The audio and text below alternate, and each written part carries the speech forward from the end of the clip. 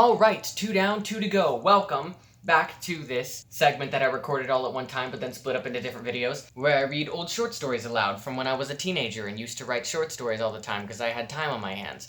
Today we're going to read short story 11, Going Bonkers. I don't remember what this one is about. Ooh, but it's an interesting font. None of this rings a bell, so let's give it a read, shall we? September 30th, 2015. What can I say? I was in need of spontaneity. Was it a bad decision? Probably. But my life was just too boring and mundane. I had to do something. Yeah, I know I'm kind of reaching on that excuse, although it was my actual reason for doing it. My life up to this point was fine. I was doing great. Everything was fine.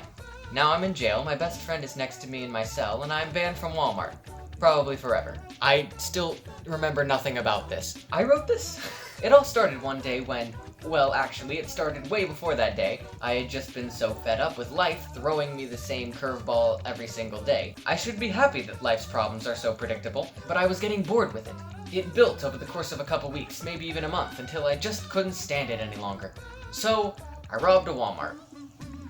That was after doing plenty of other things in the store that most 5-year-olds would know better than to do. This is the day I lost my sanity and threw the lemons back in life's face. Life was not expecting it at all. I kinda like that line. Like I said, it all started about a month ago, but the interesting stuff started only a couple days ago, so I'll tell you my story from there. I had read on the internet one time that you can literally do anything you want in a Walmart and not get thrown out. I wanted to put this theory to the limit. Bad life decision. The first thing I did was make forts! That was actually a brilliant idea, if I do say so myself. I made one with pillows. Bethany, I'm training myself to say pillow. I'm not saying pillow anymore, I'm saying pillow. Moving on. Which was especially hard with that protective plastic stuff on them. Then I used duct tape to make one with cloth in the dressing room. Then I made one by tunneling behind rows and rows of toilet paper. You know, on those huge metal racks of toilet paper. Don't tell me you didn't want to do this as a kid, because you know you did. So far so good, I hadn't harmed anyone, and no one has yet used dressing room 5. Or at least they hadn't complained about it yet. So on the next thing, I proceeded to make a giant army of any and all toy figures that I could find, that were not completely encased in a box, and also a few of those too. I didn't pay for the ones I opened, but trust me, Walmart has bigger things to hate me for. I was on a roll now, nothing could stop me, so I jacked one of the bikes and rode as fast as I could all around the store. Spit on my screen again. The bike was pink. Don't ask me why I chose that one. I've noticed a habit. I say, don't ask me why, blah blah blah, a lot, as a way of getting out of, well, this is in the short story.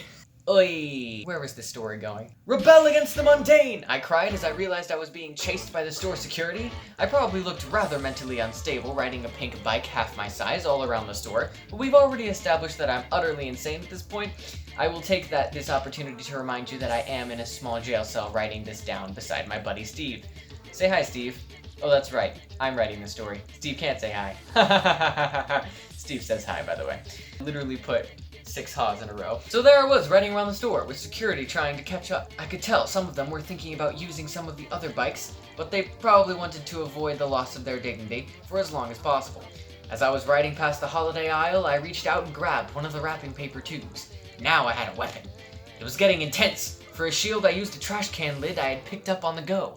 The security was catching up. They were getting smarter in their strategies to catch me. I had to do something. That's where Steve comes in. Steve? I said into my cell phone. Here we go again. Don't ask me how I managed to keep hold of the phone, wrapping paper, trash can lid, and ride a bike all at the same time. Adrenaline can do strange things to a crazy person, because I wanted it all in the short story. I need your help, I said, and with that, Steve was cluelessly dragged into my mess. When a best friend needs a getaway driver, you're there. Especially when you don't yet realize you're going to be a getaway driver. Remember when I told you not to ask how I was holding so much stuff and riding a bike? Well, that didn't last very long after the phone call. About 10 seconds after Steve said, "I'll be right there," I tried to put my phone back in my pocket. This was a mistake, and it resulted in a painful crash at top speed into a glass holding case for hunting guns. For hunting guns, not for the act of hunting a gun. Even after that devastating crash, which had left the bike without a rear wheel, rubber baby bunky bumpers. Rubber baby bunky bumpers, rubber baby bunky bumpers, here baka bahaba. After the devastating crash, I was able to walk off with the rifle, completely unharmed. Adrenaline, man, it's powerful. It's also a great scapegoat for keeping the story moving. I'm gonna level with you, at no point did I really think the guns in the case were actually loaded. But I was on the next aisle over when the security guys caught up to me and they had no way of knowing where I got the gun, or if it was loaded or not. So yeah, I used the really big bluff to get the security guys to drop their weapons and back away slowly. I made my way to the door just in time to see Steve pull up. Having brought the disarmed men to the front with me, I knew they were too far away from the guns to be a threat, and took the opportunity to dash out the door to my best bud and his getaway vehicle. Drive! Drive! What? Why? Just drive! And so he drove. Honestly, I don't know how we weren't pulled over during the drive back to his apartment. We totally ran all the red lights, and I'm pretty sure that the cat is dead now. What? Rest in peace. Or rather, rest as roadkill. I killed a cat! Yikes. After making it back, the realization of what had happened finally set in. Kind of like when you take a bite out of the last piece of pizza and look up to see a very angry and buff human being who clearly wanted that slice. After explaining the whole thing in detail to Steve, he just sat there. He wasn't even mad. Oh, correction. Steve just told me he was totally mad. Yeah, no, I remember he was actually furious. After a long moment of silence, he pretty much combusted into flames of pure anger. He also used some cuss words. Well, actually, he just said stuff like cheese doodle, used in the form of cuss words. Close enough, I suppose. I can't believe what I'm hearing, he exclaimed. This can't be real. I'm not awake. Or I'm not sane. Tell me this isn't real. This isn't real, I stated matter-of-factly. He paused. You're lying to me, aren't you? Well, you told me to. I know, he paused again. This time he put his hand to his chin and thought. We can't stay here. The cops will be here in no time flat when they see the security footage. He had a point, so we left. Plain and simple. We just left. We brought our wallets, his wallet anyway, and we just left on foot. That's kind of funny. We didn't even want to risk taking the getaway car. Honestly, we had no idea what we were going to do. We just started walking.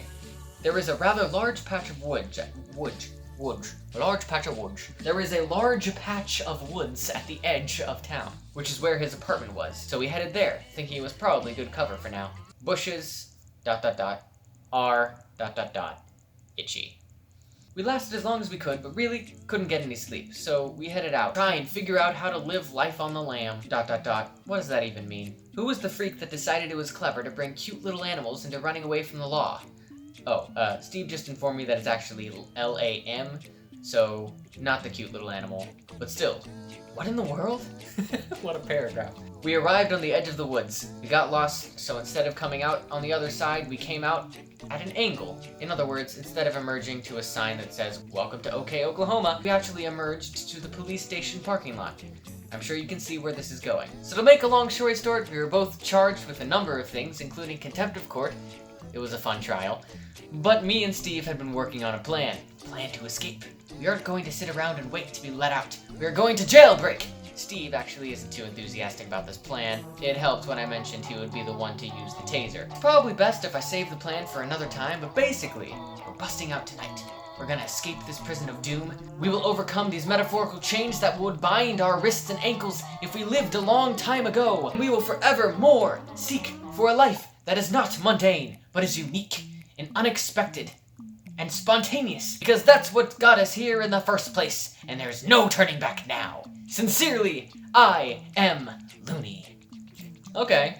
Funny how I literally don't remember writing that short story. I mean, I do, in the sense that I do know that I wrote it, but I can't connect to what I was feeling or thinking or why I wrote it. But yeah, we should start ranking these short stories. Okay, retroactively.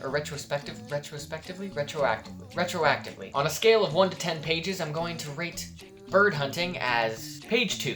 And then The Square Room and Going Bonkers, I'm going to rate them as page 3.5. What do you think? Why don't you go down in the comment section and tell me what you think on a scale of 1 to 10 pages, how you think this short story, was. But thank you for reading with me, and I'll read with you at a future undisclosed... I'll get better at this. Thank you for reading with me, and I'll read with you at an undisclosed future date. Yeah.